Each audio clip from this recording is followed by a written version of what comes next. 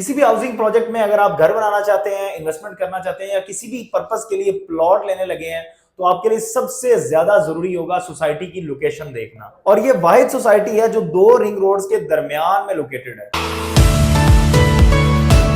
अस्सलाम वालेकुम, this is Shahzad Khan from billionaire investment group. Video में आगे बढ़ने से पहले वीडियो को लाइक और चैनल को सब्सक्राइब लाजमी कर लें ताकि आप तक मेरी हर लेटेस्ट वीडियो पहुंचती रहे और आपकी इन्वेस्टमेंट सेफ एंड सिक्योर रह सके। किसी भी हाउसिंग प्रोजेक्ट में अगर आप इन्वेस्टमेंट करने जा रहे हैं, आप घर बनाना चाहते हैं या आप किसी भी पर्पस के लिए प्लॉट लेने जा रहे हैं, तो आपके लिए सबसे ज्यादा जो चीज इंपॉर्टेंट है जो आपको देखनी चाहिए वो बेसिकली सोसाइटी की लोकेशन होती है कि सोसाइटी किस एरिया में लोकेट कर रही है, कहां पे उस वो जो एरिया है, वो जो लोकेशन है वो फ्यूचरिस्टिक है। आने वाले वक्त में वहां पे कौन कौन सी ऐसी अमेनिटीज आने जा रही हैं, कौन कौन से ऐसे गवर्नमेंट के प्रोजेक्ट आ रहे हैं जो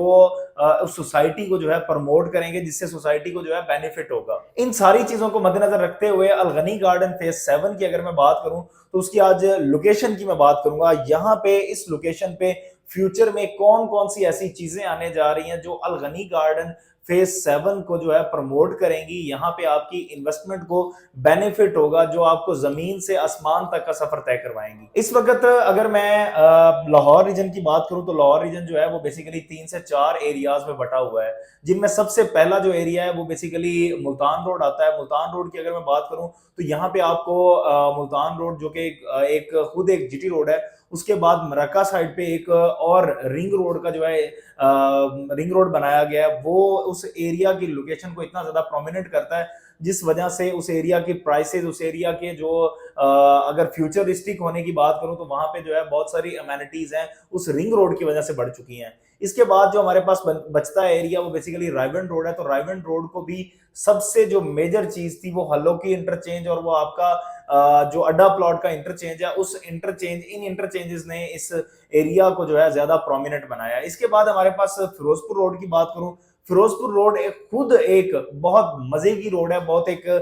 फ्यूचरिस्टिक लोकेशन है। इसके साथ साथ जो आपको वहां पे रिंग रोड मिलता है, रिंग रोड का जो आपका गजुमता इंटरचेंज है, उस इंटरचेंज की वजह से वो रोड जो है वो और भी ज्यादा लाहौरियों के लिए प्रोमिनेंट होगी। इसमें अगर मैं बात करूं वहां पे अमेनिटीज की, जिसमें फ्यूचर की बात करूं तो वो वहां पे फ्यूचर रिजाइड कर रहा है। इस वक्त अगर मैं अलगनी गार्डन फेज 7 की बात करूं तो अलगनी गार्डन फेज 7 को आप रिंग रोड फेज 1 को तो जानते ही हैं।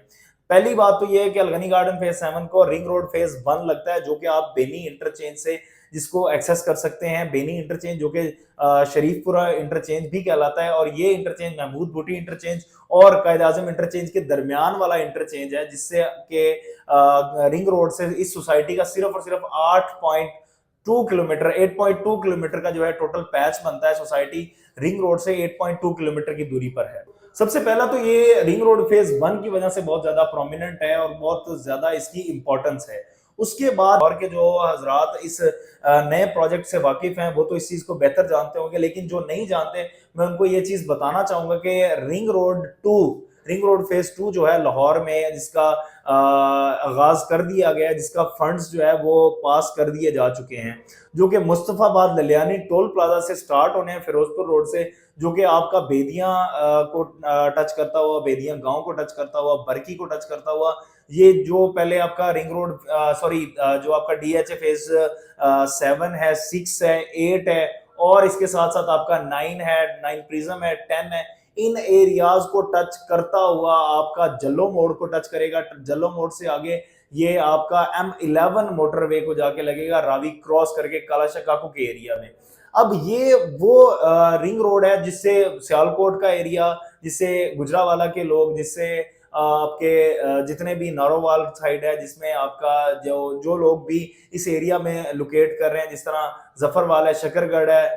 उसके बाद नारंग मंडी है, ये वो लोग हैं जो इस रिंग रोड से फायदा उठाएंगे लाहौर के किसी भी दूसरे कोने में जाने के लिए। इस वक्त अगर मैं लाहौर रीजन की बात करूं तो लाहौर में जितने भी हाउसिंग प्रोजेक्ट्स हैं वो रिंग रोड फेज 1 के सराउंडिंग में जितनी भी सोसाइटीज आती हैं वहां पे आपको सराउंडिंग में इस वक्त कोई भी इंस्टॉलमेंट पे प्रोजेक्ट नहीं मिलता, क्योंकि सारी की सारी सोसाइटीज जो है इस वक्त कंप्लीट हो चुकी हैं, सारी की सारी मेच्योर हो चुकी हैं। यहाँ पे आपको सराउंडिंग में जो है इंस्टॉलमेंट बेस्ड प्रोजेक्ट बहुत ही कम मिलते हैं। इस वक्त अगर मैं बात करूं जो रिंग रोड फेज 2 बनाया जा रहा है, रिंग रोड फेज 2 और फेज 1 के दरमियान में जितनी भी लैंड बचती है, इस लैंड में कोई भी आपको इंस्टॉलमेंट बेस्ड प्रोजेक्ट नहीं मिलता। इस वक्त अलगनी गार्डन फेज 7 एक ऐसा प्रोजेक्ट है, या फिर उसके बाद मैं कहूंगा कि गवर्नमेंट का प्रोजेक्ट है, उस एरिया में आ रहा है। गवर्नमेंट का प्रोजेक्ट आपका चहार बाग है, चहार बाग फेज 1 और 2 उस एरिया में आ रहा है, या फिर अलगनी गार्डन फेज 7 आ रहा है, जो कि उस रिंग रोड फेज 2 से फायदा उठा के आपको रिटर्न्स बेहतर से बेहतरीन दे सकता है। अगर आप इसके फ्यूचर की बात करें तो ये अलगनी गार्डन फेज 7 का जो फ्यूचर है वो बेसिकली रिंग रोड फेज 2 से सिर्फ और सिर्फ 1.5 किलोमीटर की मुसाफत पर बनता है। अगर आप आज इसमें इन्वेस्टमेंट करते हैं तो मैं इस चीज की श्योरिटी देता हूं आपको, 3 साल के बाद जब आपका प्लॉट मिच्योर होगा, 2.5 साल 4 साल का वैसे आपका प्लान है,